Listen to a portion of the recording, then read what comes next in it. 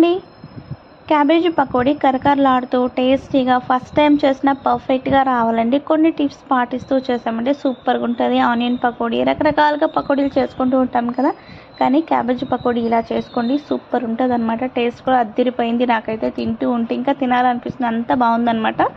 చూడండి ఎంత కమ్మగా టేస్టీగా కరకరలాడుతూ ఉన్నదనమాట. మరి మీరు కూడా ట్రై చేయండి. Hi friends, welcome to Sri Ruchi logs. నేను మీ లావణ్య. చాలా రోజులైంది వీడియో పెట్టి.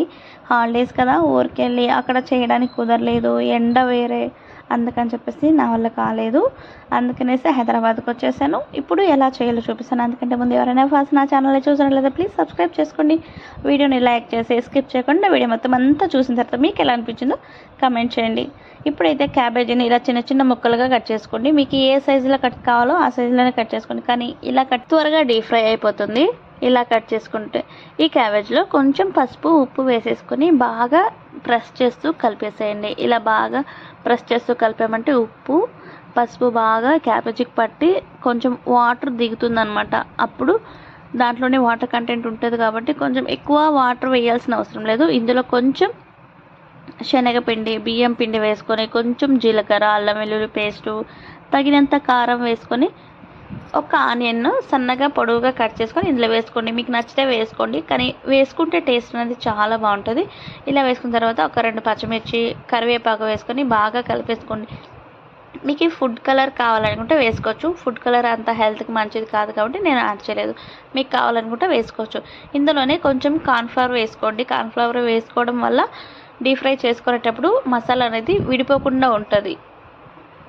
అలాగే వేసామంటే మనకి చిదిరిపోయిపోతుంది అనమాట మసాలా అంతా. అట్లా కాకుండా పర్ఫెక్ట్గా రావాలంటే కొంచెం కార్న్ఫ్లవర్ వేసుకొని బాగా ప్రెస్ చేస్తూ కలిపేసుకొని ఒక 5 నిమిషాలు పక్కన పెట్టేసి వేసుకున్నాం అనుకోండి, మెత్తటి పకోడీ అవుతుందన్నమాట.